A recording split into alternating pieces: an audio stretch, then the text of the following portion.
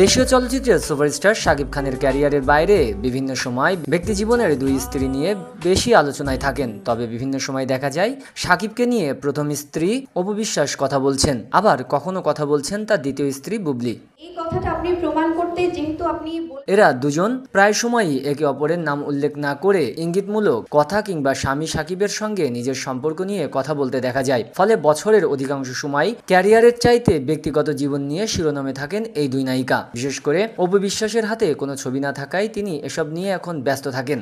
হয়েছে আমি সবসময় সেটা জবাব দিয়েছি। আমি কিন্তু জানা যায় এবার অপু বিশ্বাসকে নিয়ে গণমাধ্যমে খোলামেলা কথা বলেছেন বুবলি। শাকিব খানের নাম সবখানে মুখে নিয়ে তিনি ক্লান্ত হয়ে গেছেন। সংবাদ মাধ্যমে বুবলিকে উদ্দেশ্য করে এমন ধরনের মন্তব্য করেন অপু বিশ্বাস।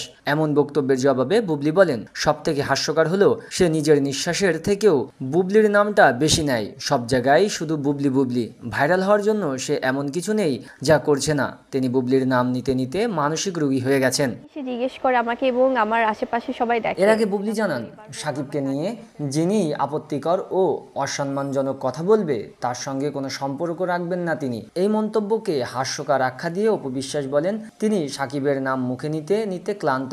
আর যারা শাকিবকে নিয়ে বাজে মন্তব্য করেন তাদের সঙ্গেই কাজ করেন বুবলি। তিনি চুরি করেন আর ধরা পড়েন, আর এটাকে দুর্বল গেম প্ল্যান হিসেবে আখ্যা দেন অপু বিশ্বাস।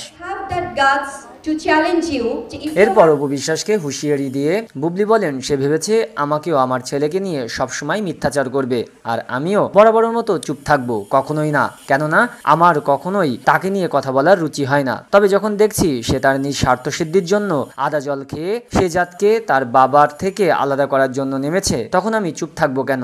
সে এসব নিয়ে সারাক্ষণ বাজে গেম প্ল্যান করে বলেই এই গেম প্ল্যান শব্দ তার মুখ থেকে এসেছে। শাকিব খানের বাইরে, মানে ওই জুটির বাইরে